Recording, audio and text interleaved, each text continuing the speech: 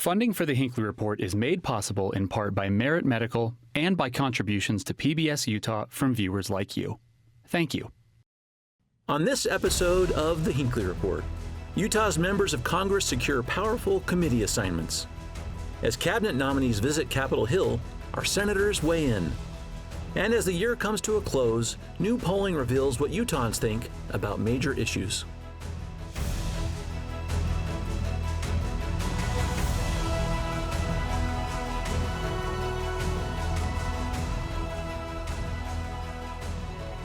Good evening and welcome to the Hinckley Report. I'm Jason Perry, director of the Hinckley Institute of Politics. Covering the week, we have Greg Bell, former lieutenant governor, Leah Murray, director of the Walker Institute of Politics and Public Service at Weber State University, and Frank Pignanelli, attorney and political commentator. Thank you for being with us for this week's episode of the Hinckley Report. A lot happening on the national stage, a lot happening here in the state of Utah. But as the time we're about airing this show, Lieutenant Governor, we're facing potentially another government shutdown. If this happens, this will be the 22nd time that this has happened. You know, it used to be a time when we wouldn't really hear people talking about this very much. It was sort of unimaginable. But now we seem to be hearing about it regularly. And today, on Friday, we may find out yet again if the government shuts down. Well, it's a drama, and with razor-thin majority and a pretty big minority, it's really hard to get all the cattle on the flatbed, right? I mean, it's very, very difficult. So I don't envy Speaker Johnson, but I think the American people are at the bottom of this, tired of the charade. I see it as a charade, as a power play, raise the debt ceiling. President Trump wants to do away with the Trump ceiling effectively till 2029. But the point is, we're not managing our budget. And if we are, we're doing it by this emergency threat sort of trade-off thing. So I don't respect Congress for the way they manage these affairs. Mm-hmm. Let's talk about a couple of the dynamics at play, Leah. So it's so interesting. There was a continuing resolution on this budget that was out, and a lot of discussion happened about it. But President-elect Trump was not in favor of it, and he put two interesting people out there that were sort of carrying a lot of the water to kill that first continuing resolution, which was Elon Musk and Ramaswamy. Yeah, no, and my question is, I like how you started, Lieutenant Governor, with drama. A little bit, what we were talking about a month and a half ago was the Republican trifecta and the mandate that they had, and they were going to govern well, and President-elect Trump was going to fix all of the problems. And the first test, right, where they are supposed to be fixing things, I feel this is a major stumble. So for me, some of the drama is, do we have any evidence that the Republican trifecta is going to deliver anything better than what we've seen with gridlock in Washington, D.C. the last couple of years? Well, so, Frank, what's interesting also about this is we're talking about Trump's involvement in this continuing resolution, a couple of his appointees, like Elon Musk, but we do have a president of the United States who's still sort of in charge of what's happening right now. Apparently. So there should be no surprise. 2024 is one of the weirdest election years we've ever had, so it's just appropriate that we end it being even more weird. We essentially have had two presidents for the last month and a half, and now we have one president who's pretty much running everything, who hasn't been sworn in yet. And then you have two figures who are very wealthy, especially the richest man in the world, who are playing a role in all this because there's threats that if you don't play along with what they want, they'll be primaried. And so essentially what you have is Donald Trump really driving a lot of this discussion, who hasn't been sworn in yet, and you have this election, which is on the minds of all these elected officials, of how do you then appreciate the mandate that you talked about. So that's all driving this emotional carriage through this, really, again, once again, as you said, this drama. Yeah, so go ahead, Lieutenant Governor. Chip Roy, extremely conservative. I mean, nobody doubts his credentials, right? He gets scolded by President Trump for not going along, but he finds what? He said there's $5 trillion of fat in there, you know. So I don't get the politics of it. So, Leah, talk about sort of that scolding and ramifications of sorts. We had the first bill that came out, which failed, but then there's a second bill, which people are calling sort of the clean bill, or this is one that was supported by President-elect Trump. And we had a couple of members of our own delegation here in the state of Utah that voted against that one, even though that was something supported by Trump. Yeah, I mean, John Curtis, there's a little no harm, no foul, right? Because he's leaving the House and heading over to the Senate. I was very surprised by Blake Moore voting against it, Jason, because he's in the leadership group. So I do wonder then how much support he has for Speaker Johnson, who you said earlier is in a very bad spot, right? You don't envy him. But I also wonder what that means for where Blake Moore is positioning himself going forward in that conference. There's a lot, again, the word drama is perfect. There is a lot of unknowns, and I'm just interested. I can't read it. Does that, I can't understand the choices that are being made to be able to predict with any clarity. Mm-hmm. Remember how upset people were and how betrayed they felt when Mike Lee and I think it was Ted Cruz shut the government down. They were kind of the face of that, and people were absolutely furious, and that has really harmed the reputation of some of those people going forward. So it's interesting now with $35 trillion of debt, will people still punish elected officials if they shut the government down? I think that's a real interesting question. Well, I was going to say, sometimes what happens, and Lieutenant Governor having served in the legislature as I did, sometimes what happens with elected officials, if they see something going down, it's like, okay, I can jump on board the opposition because it's going down anyway, so why throw myself on a sword? That may have been part of this. Okay, I'll be part of the next step, which is to solve this issue. And there may have been some of that was going on with our members of Congress. What are the Dems doing? They're watching him twist. Yeah, and I think they felt they had a deal. Yeah. They feel that Mike Johnson reneged on the deal. And what I heard from Hakeem Jeffries, right, one of the quotes was, that's a hard pass, we're not helping again, right? So if you're going to pass this with a suspension of rules, you need a supermajority, so you need Democrats. And now they feel, right, that they have been bamboozled, so they're not coming to the table. And well, the weird thing is usually when you've had shutdowns, the party in power is the one that has to own it. And usually that would be the Democrats because they have the Senate and the presidency. But because of Trump's insertion, it may be the Republicans that own the backfire from shutting the government down, even though they're not in power. Unquestionable. Yep.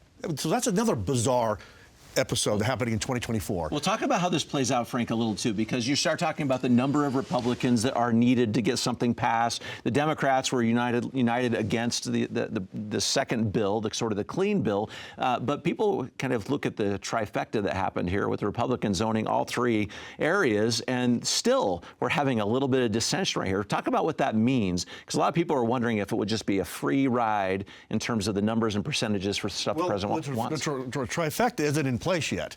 So we're still dealing with the old Congress, which is, a Democrat Senate and a Democrat president. And so the trifecta hasn't occurred yet, but we're going into that trifecta.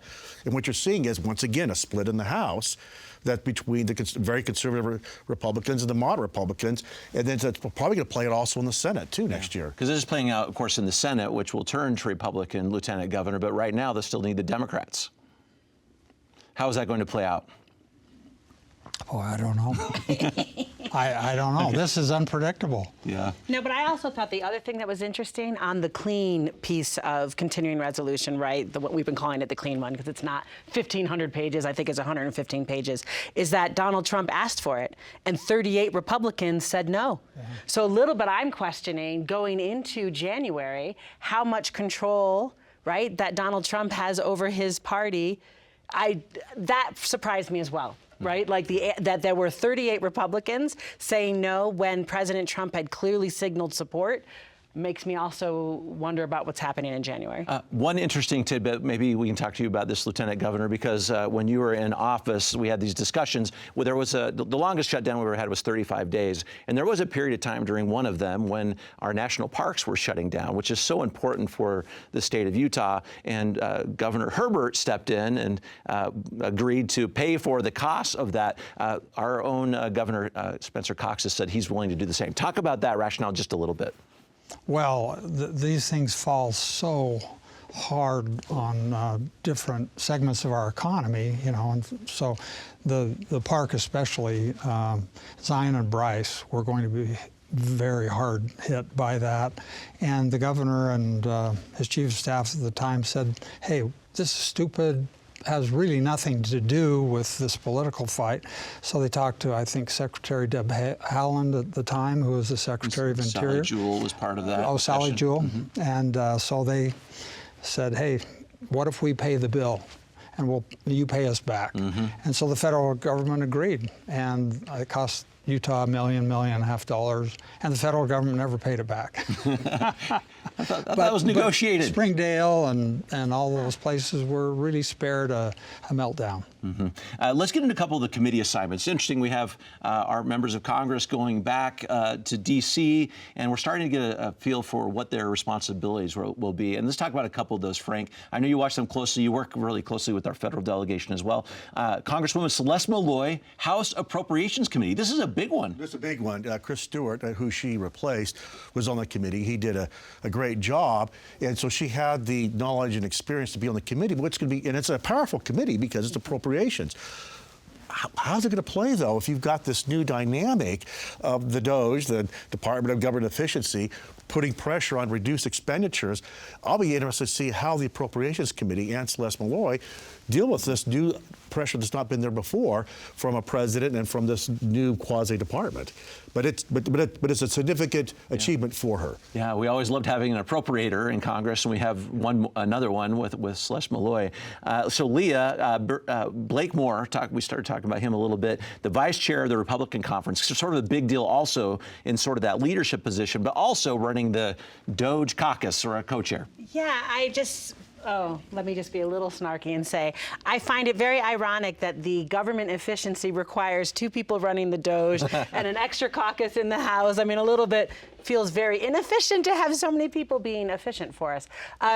But again, right, so that would signal that Blake Moore is tight with what is the incoming kind of headwind, if you will, of Donald Trump and that efficiency. But again, I think, does that put him out of step with leadership? And then you're in the House, how do you manage as vice chair? Yeah, I'm interested in how he does that. There is a bottom line issue here, though, and that is we've tried pretty, we've tried polite, we've tried symmetrical to reduce the government budget and overspending, and it hasn't worked.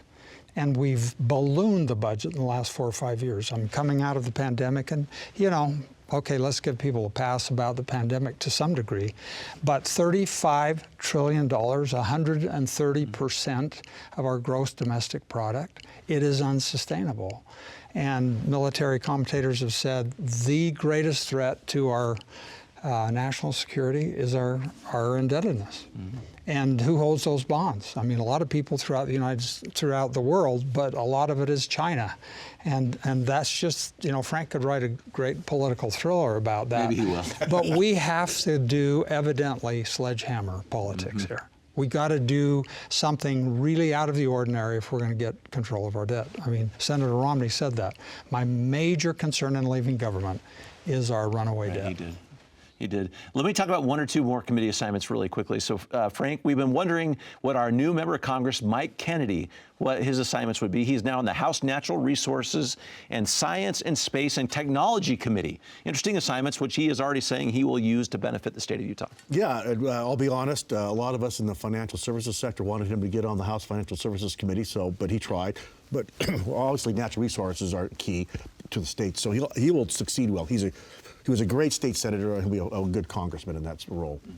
Part of the administration depends on who gets put into these positions. So a couple of these cabinet choices are really under discussion right now, and a couple of those I want to tie to our own elected officials, Leah. So I'm going to talk about Congressman Curtis for a moment. Now Senator-elect Curtis. He's been in the news a lot about whether or not he's going to approve all of these nominees or not. This week he said, "I think it's fair to say I'm not a rubber stamp."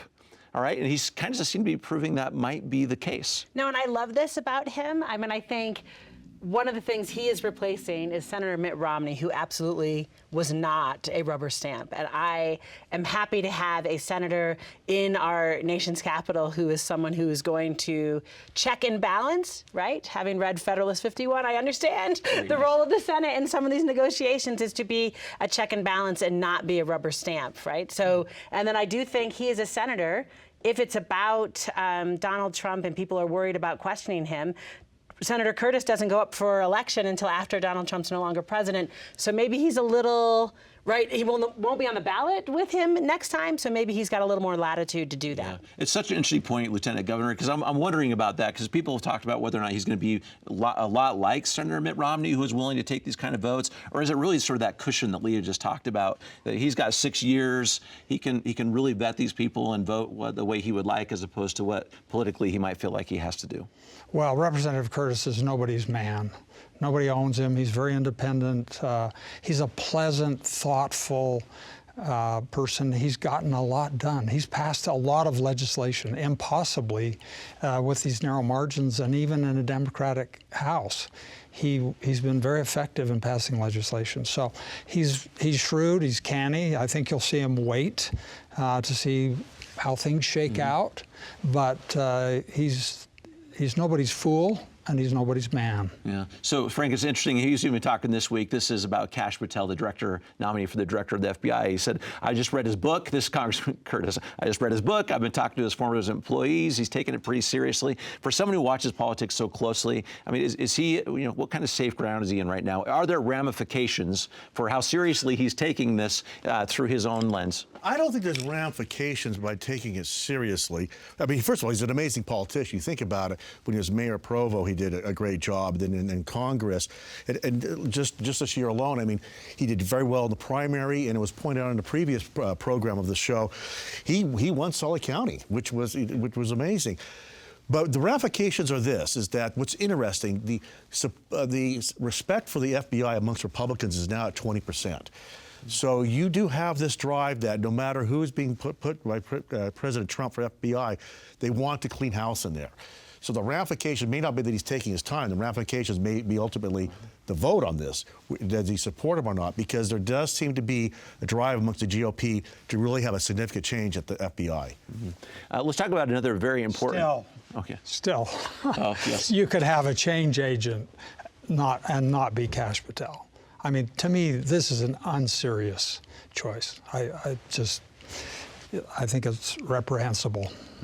We'll watch these closely. I want to get to the issue. It's a federal issue with a lot of people weighing in locally, and that issue is immigration. Leah, I want to talk about this for just a moment. The Trump administration largely ran, the candidate Trump largely ran on this particular issue, and it's having some conversations here in the state of Utah. I want to show a clip from our governor this week on immigration, and talk where Utahns are on this issue. Let's show this video clip, and then we'll give you a comment. We're going to start with criminals, people who are breaking the law and causing harm to Utahns and to Americans. That's where we have to start. Let's get the worst element out of here. Let's focus there. Look, I want to be very clear about this. We care about those who are here, those who have come here legally. It's really important that we fix legal immigration. I am not saying anything now that I haven't been saying for 15 years. This is not new. It may be fun to make it more controversial, but this is something that should have been happening. Yeah, so then my question is, why hasn't it happened, right? So the first clip, he says we should get rid of criminals, which, by the way, we should have always been deporting criminals, like that was the law. So I do wonder, then, what is the difference? Like, so is the answer, because there is a Trump administration, we'll have more support, right, with federal agencies to be able to do deportation better? But then why wasn't that true in the first Trump administration? So a little bit I want to see, if it's the same thing you've been saying for 15 years, then why haven't we done anything before this conversation? Go ahead, Lieutenant Governor. Well, again, at the bottom level, try to sneak into Germany. Try to sneak into Austria. Try to sneak into Australia. I mean, it's effectively impossible. They have borders. They respect their borders. Now the EU kind of mixes some of that up, but civilized nations enforce their borders. They're not porous. We, the United States, the most sophisticated nation upon the earth, let millions of people across our border illegally. Now, there are a lot of economic, humanitarian, asylum issues in that, but at bottom, Americans want their borders controlled, and we have to get it done. We've tried again, polite and pretty. Now we've got to do some things that are more draconian, but I just think you have to do it. Mm-hmm. Frank, we hear from the Trump administration the potential calling for the use of the National Guard to carry out those deportations, resources from other federal government agencies, potential national emergency, and birthright citizenship. A lot of things in the potential Trump agenda, I think, that were signaled well before this election. Can I talk about how that plays out just really quickly? Well, a couple things. First of all, remember President Trump, when he first ran, said he was going to build a wall, have Mexico pay for it. Neither one happened. But yet he owns the issue, because the Biden administration really just fumbled how they were dealing with it. So he still owns the issue. On an interview that he did, President Trump, or President-elect Trump, he walked back some of this. He said the first thing we do is get the criminals, and that has the support of the American people, get the criminals out. When you start going down further, you're going to start hitting the service industry. You're going to start hitting the agriculture industry when you start deporting people. So that's why I think you're going to see more students, dreamers. And you can be more of a measured response. So I think he talks about a lot of that, but I think President Trump is savvy enough to know there's a support to get the criminals out. Then he's going to be more judicious, because then you're hitting the bottom line for a lot of businesses and industry and families. And by the way, even the American people don't support just this wholesale just shipping them back across the border. But maybe some of that will bring about a compromise. If we get serious and really start deporting people, and I feel bad for those who are in that situation, but still, if we're going to get to a place we can accept, maybe that push will finally get us to reform our system. And to your point, Lieutenant Governor, every time either party's been in control of the trifecta, as you call it, nothing has happened. And maybe while they're getting the criminals out, they can actually pass something while they have the trifecta that establishes a good policy to prevent the porous borders. But this now is the time to do it. I want to get to some polling that was done. Did recently. This was with the Deseret News and the Hinckley Institute of Politics, because we're talking right now about faith in the election process itself. How secure is it? How do people feel about it? I'm going to go through a couple of questions really quickly and get your thoughts about it, because a lot of elected officials are talking about this issue as well. The question here was about confidence in government officials conducting a fair and accurate election. And what's interesting, the overall percentage, Leah, if I can have you talk about this first, the overall is 81% confidence in the state of Utah in fair and accurate elections. 14% were not confident, 5% don't know. But here's what's interesting to me is the Republican-Democratic breakdown. Of those, Republicans were at 87% confidence. Democrats were only at 70%. Right. It's very interesting, and I'll use a sports metaphor. You know, when your team loses, you often blame the refs, right? So the answer is not that my team lost. It's that there was a bad call in the game. It's interesting. What I love about that data, Jason, is if we go back, Republicans, in the last time we were polling, they were the ones who didn't have confidence, and Democrats had confidence. And the answer quite simply just is who won the election in November. So I think it's more about, right, like where you sit determines how you look at something. Talk about it for a second. I'll give you the numbers. So Leah is exactly right. So in 2020, Republicans were at 60% to this question. Now they're at 87%. The Democrats in 2022 were 91%, and now they're at 70%. So is it just because of who wins? The voting process is not easily understood, right? I mean, once you hand your ballot in, people don't know what happens, especially with electronic voting machines that we used to have and pretty well have phased out. So, you know, there's room for conspiracy theories and Rudy Giuliani and, you know, Mike the Pillow Guy. So people being frustrated that Trump suddenly lost, looked behind that, and there was just a lot of noise. So I think it's just confusion on the public's part. I'm glad for this audit. I mean, yeah, there were, I think, 2 people who voted illegally and mailed by vote. I mean, that's a great margin of error. Go ahead, Frank. Well, I was going to say, in 2017, a year after President Trump was elected, half the Democrats in the country thought the election had been stolen. So this happens all the time. All the time. And what it is basically what you said is that if your team loses, you're not going to. Americans don't concede well, and in fact, there's a lot of people who still won't concede the Utah BYU game. The results of that, we just don't do it. Anybody here? Anyone at this table? Yeah. I've got my opinion. But what the poll does show is that in Utah, we do some things really well. We do fry sauce well, high-calorie cookies, and voting by ballot mail. He picks and go. Go ahead, Leah. You gonna dispute any of those? No, I agree completely. Yes. Yes. So, Lieutenant Governor, in our last 60 seconds or so, the confidence in vote by mail is high in the state of Utah. 84% confidence in this. But we still have conversations about whether or not our legislature may want to adjust some of the parameters and use of vote by mail. Your thought as an elected official on vote by mail? Well, I've never understood the resistance to showing ID, at least initially. Right? I mean, I don't understand why people resist when registering that you have to present ID. But vote by mail works great. I think you're going to have a lot. My wife with pitchforks and all of her friends will be at the Capitol if you try to take it away. Mm-hmm. Go ahead, Leah. What do you see happening? And I mean, I think most of our citizens vote by mail because it is easy, right? So instead of you get your ballot, it's a family activity at the kitchen table. You can have a conversation with your family, show your children how you're voting. 90 what percent of registered voters? Right. And so I think I don't understand the question. I agree with you. I don't understand the question. Okay, we'll be watching this one closely. We know some bill files are being actively discussed. Thank you so much for your great insights this evening. We'll watch this government shutdown very closely throughout the day. Thank you very much. And thank you for watching The Hinckley Report. The show is also available as a podcast on pbsutah.org, YouTube, or wherever you get your podcasts. Thank you for being with us. We'll see you next week. Funding for The Hinckley Report is made possible in part by Merit Medical and by contributions to PBS Utah from viewers like you. Thank you.